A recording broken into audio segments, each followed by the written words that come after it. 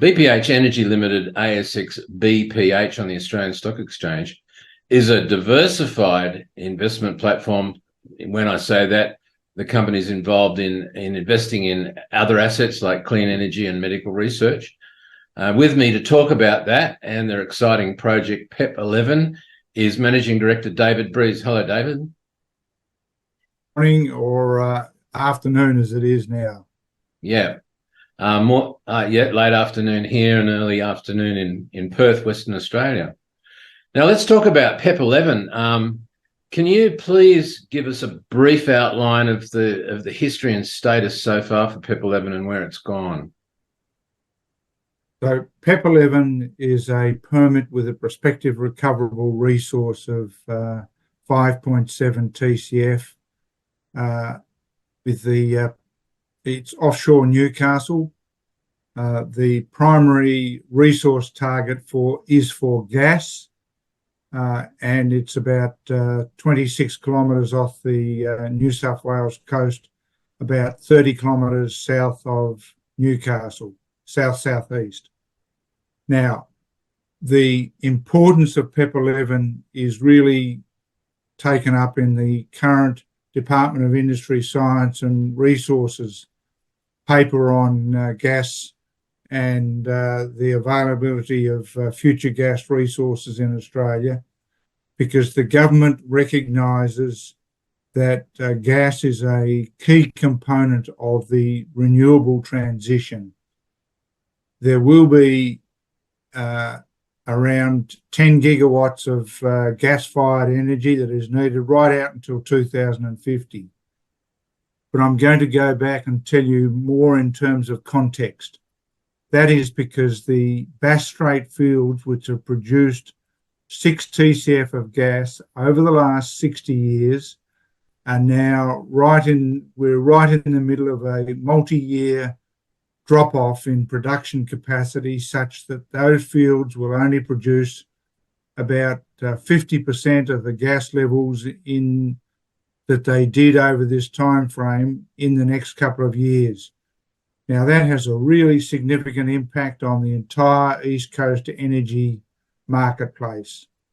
When you're looking at Victoria, New South Wales, and South Australia, as well as Tasmania, the shortfall predicted by AEMO is around 800 petajoules a year, going out until 2032 from now as the supply drops out.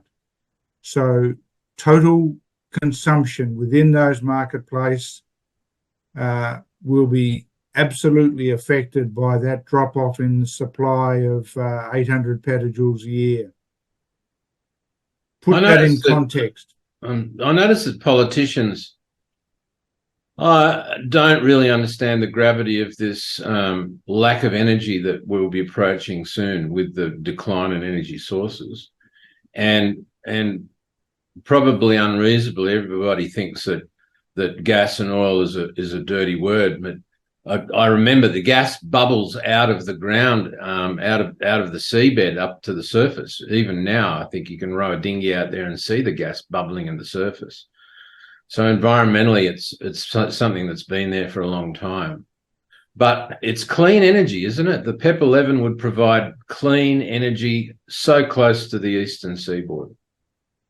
So gas as a source of electricity is 50% less in terms of CO2 output than coal. But there are other key aspects to gas. When you look at the gas consumption on a global basis and in Australia, the gas is needed for fertiliser, it's needed for minerals, rare earth minerals processing, it's needed for things as diverse as brick manufacture, bread, and also it's used as an input into a whole host of other petrochemical uses. But it's also used in AdBlue, for instance, and AdBlue is a key component into diesel, and that's to reduce the emission content of diesel significantly. And we found that out several years ago when AdBlue became in short supply. In other words, it's a key input into the economy, and there are millions of homes and a significant number of businesses in New South Wales that will be impacted by the gas shortage that I outlined earlier. So, because the New South Wales government has previously reduced the number of permits available, there are now only 2 permit areas in New South Wales that are capable of being put into production. The first is the Santos project onshore as a coal seam gas project in the Narrabri area, and that's intended to produce around 70 petajoules a year. And the second is the PEP 11 area offshore Newcastle. Now, when you look at that in the context of what the government of New South Wales and the federal government did by putting $2 billion into sourcing additional mechanisms by which they could supply 70 petajoules a year of gas into that marketplace, then in fact the potential importance, the significance of PEP 11 really becomes apparent. And so you're saying with PEP 11 and with Santos's project, there'll only be 2 gas suppliers in New South Wales? That's correct. And unfortunately for that market, Santos in the last month also announced that they were putting off a final investment decision on the Narrabri project until 2025. Now, that's when these gas start to kick in to really impact on the gas market in Australia. So how will PEP 11, what would be the mechanism for PEP 11 getting into operation? I think you mentioned by 2028 that you're going to have an overwhelming shortage. How would those 2 windows of the PEP 11 project coming online and meeting that gas demand for the East Coast? So we still have to go through an environmental plan approval process, but that would take, in the current timeframes, it's taking, instead of 6 months, it's about 9 months to a year to have environmental plans approved. That's the same time frame in which rigs are becoming available for us to be able to go and drill the gas target that we have 26 k's out to sea and 125 metres under the water, 2,000 metres under the sea floor. So you then have the ability to actually bring that in the discovery course, then you have that ability to bring that into production much faster because you're only 26 kilometres out to sea.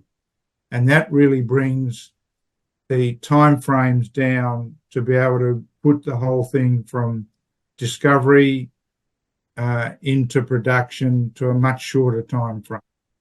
And the other advantage, I guess, that you've got with a floating rig, the semi-submersibles, you really just position them over the asset and pump the gas. It's the case, isn't it? There's no building any infrastructure required. It's just a matter of getting it on top of the asset. So that perhaps is a more significant simplification, because in fact we would drill the well with either a jack-up or a floating module, but you would have to bring pipelines into shore. But I'll give you context on that. The Cooper gas field in the Bass Strait area off Victoria, the last well that they brought into production that I'm aware of was about 26 k's out to sea. They were able to lay a pipeline there in around 4 months. That is from the production zone into the processing plant ashore. So in terms of infrastructure and the capacity to bring that on a world scale and Australian scale, we're extremely well positioned to bring that asset in the success case into a production facility. Not only that, the Munmora gas-fired power station is immediately inshore from where our baleen target is out to sea. So primary infrastructure in place already. In terms of the start button, and when I say the start button, what key dependencies do you have to begin the whole process? Is it a government decision to be made? Yes.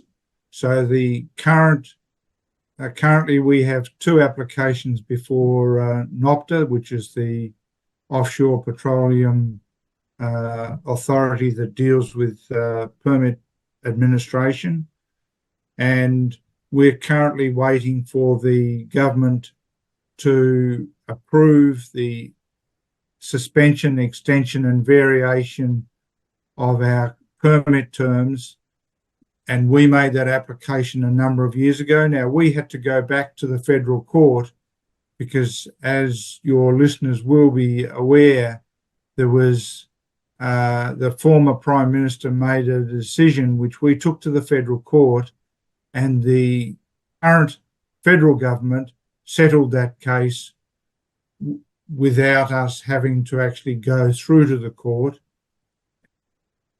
The settlement of that case involved us then supplying additional information to NOPTA in order for them to make their recommendation to the government. And we know from the NOPTA website that they have now made their recommendation to the government, and they did so several months ago. Oh, good. So more news coming, and I guess that's going to happen in a fairly short time frame. So that is entirely dependent upon the government decision-making process, but we certainly hope so, because when you look at both the environmental plan and the drilling rig availability, but most importantly for the energy market on the east coast of Australia, the need for additional gas to come on stream over the next 3 to 5 years, then in fact those elements are critical. Yes. Let's talk on the energy, just quickly about your investment that you've made in clean hydrogen.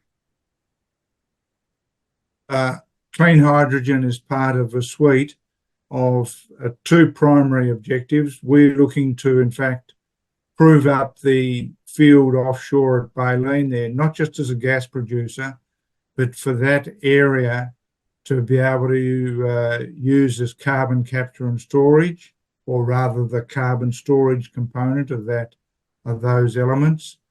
But in addition to that, of course, we've invested in the Turquoise Hydrogen project out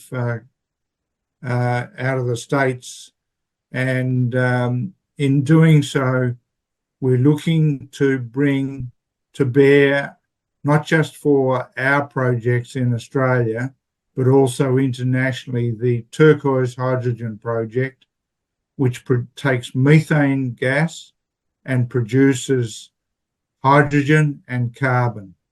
And through that mechanism, you're able to meet the requirements of not just the Australian government, but also world industry and world governments that are looking for new sources of hydrogen production in order to be able to significantly assist with the reduction of CO2 emissions.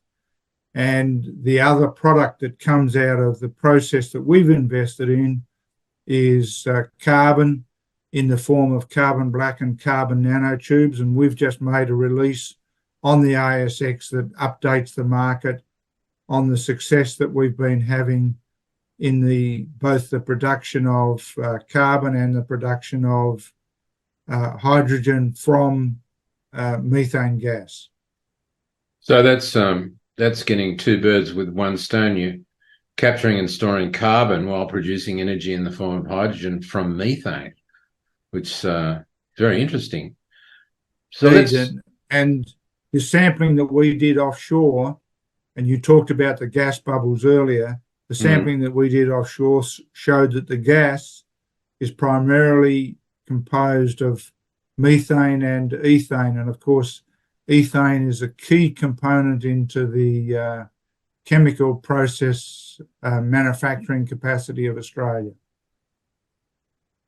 Very exciting. Now, one last thing that I'd like to touch on is the medical research that you've invested into with the BALM technology and Cortico. Can you please just quickly update us on that one? Cortical is a process whereby the EEG of the patient under anaesthesia is monitored, processed, and is given as a feed to the anaesthetist through a screen in the operating theatre. So it's an adjunct to the vital signs that the anaesthetist is gaining as the patient is anaesthetised. And the process that we have with Cortical is to assist that anaesthetist to keep the patient optimally anaesthetised and to be able to tell when further administration of anaesthetic is needed. But in addition to that, we determined in the first phase of the analysis of this technology that we could potentially also assist with the optimal administration of analgesia. So in an operation, you have both the anaesthesia plus the analgesia. And whilst we were able to have the anaesthesia component approved, we're now in the process of bringing forward the analgesia component, so that we're looking to have that approved by the regulatory authorities. And those two components together is what anaesthetists around the world really want to have the patient, so that the patient is optimally anaesthetised with the appropriate dose of analgesia during an operation.